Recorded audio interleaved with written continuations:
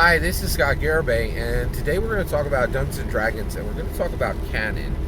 And I'm going to give so this is part of a playlist. In order to really get full context for this, you should watch it in context to the Canon playlist, the playlist it is connected to in the link below. Okay, all right. So I have previously stated that the following. I've stated that all companies that matter today are intellectual property companies. The vast majority of companies don't understand this yet. In addition to that, Canon controls product, period. In addition to that, companies have no ability to control Canon or understand Canon. Okay? People do, but companies don't. And the interesting thing is, companies own the product. They own the intellectual property, right? So you have intellectual property moving forward, and the companies that own the intellectual property and have huge stake in the canon have no ability to control it or understand it, right?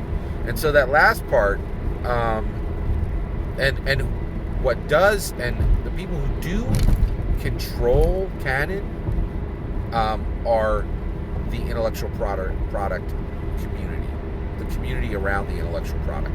This is true for every product on the planet, for every intellectual this is true for every intellectual property on the planet, and the products that come out of those intellectual properties, and it's true for Dungeons and Dragons. Okay, Dungeons and Dragons and what's unique about Dungeons and Dragons is Dungeons and Dragons is farther down the road of intellectual property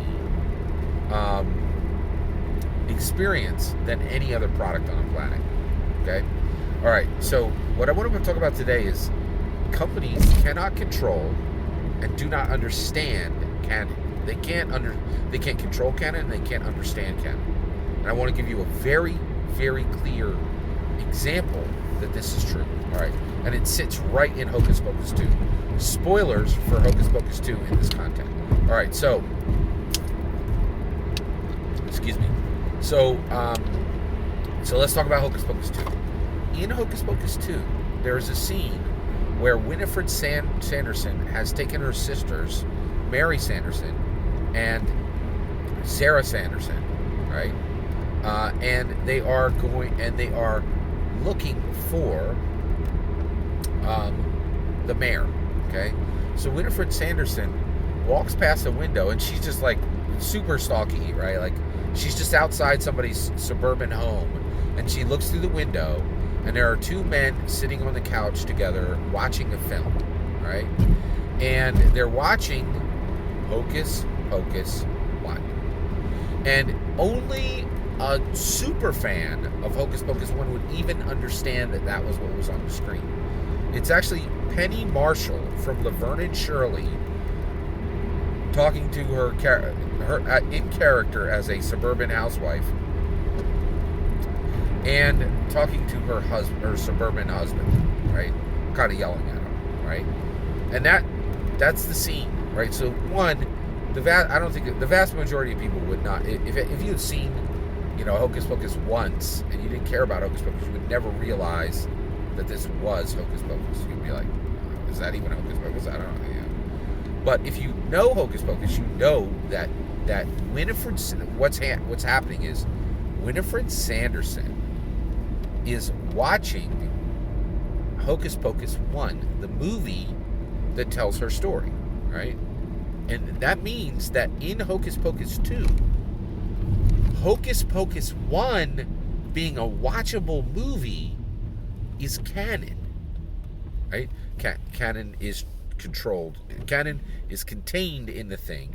It can be contained in other sources beyond the original source material, but generally the original source material, without question, is canon to virtually every intellectual property on the planet.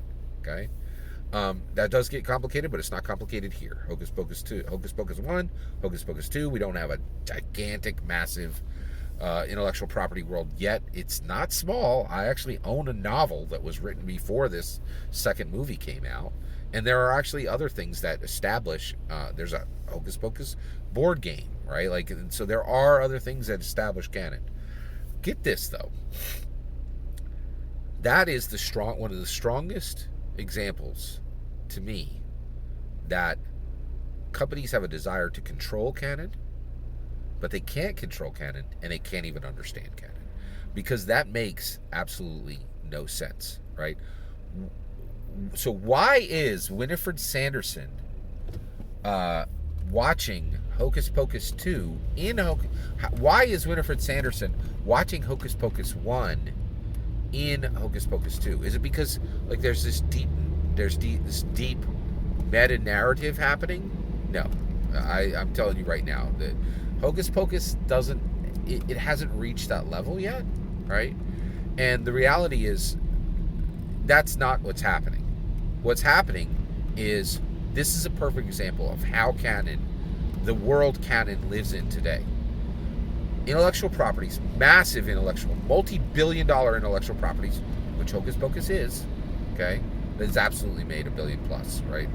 For multiple reasons. All right. So, yeah, I think it's certainly connected to a multi-billion-dollar intellectual property engine, which is Disney. That's inarguable. It's perhaps arguable that Hocus Pocus hasn't made $1 billion yet. We'll just connect it to Disney, right? So what's happening? You have a suit and you have an artist, right? Now, actually, there's multiple suits and there's multiple artists. So let's boil it down to brass tacks, okay? You got the suit and you got the artist, right? The artist can understand and can care deeply about Canon and actually can exert some control on Canon, right? But since they're in a company, that's going to have to go through the suit, right? And the suit puts up the money. And in reality, artists are incredibly, at the macro level, the 51% level, there's certainly exceptions to this, but at the macro level, artists are generally massively brilliant creatively, and financially and organizationally, they're a freaking mess. Perfect example is Olivia Wilde. Like, she did a great job of actually delivering the film, Don't Worry Darling, and just burnt the whole thing to the ground with all her, like, oh, hey, I'd like to be a cool, incredibly capable director, but I'm going to make every single thing about this situation horrible for everyone involved with my personal drama. Like, she's a creative, she's an artist, right? And the suits had to come in and desperately try to, like, put out the flames that she had, like, lit the house she built with, right? Like, and so today, when we receive properties that are worth tens of millions, hundreds of millions, perhaps billions of dollars, they come through a suit artist road. They arrive for us having gone through a suit and gone through an artist, right?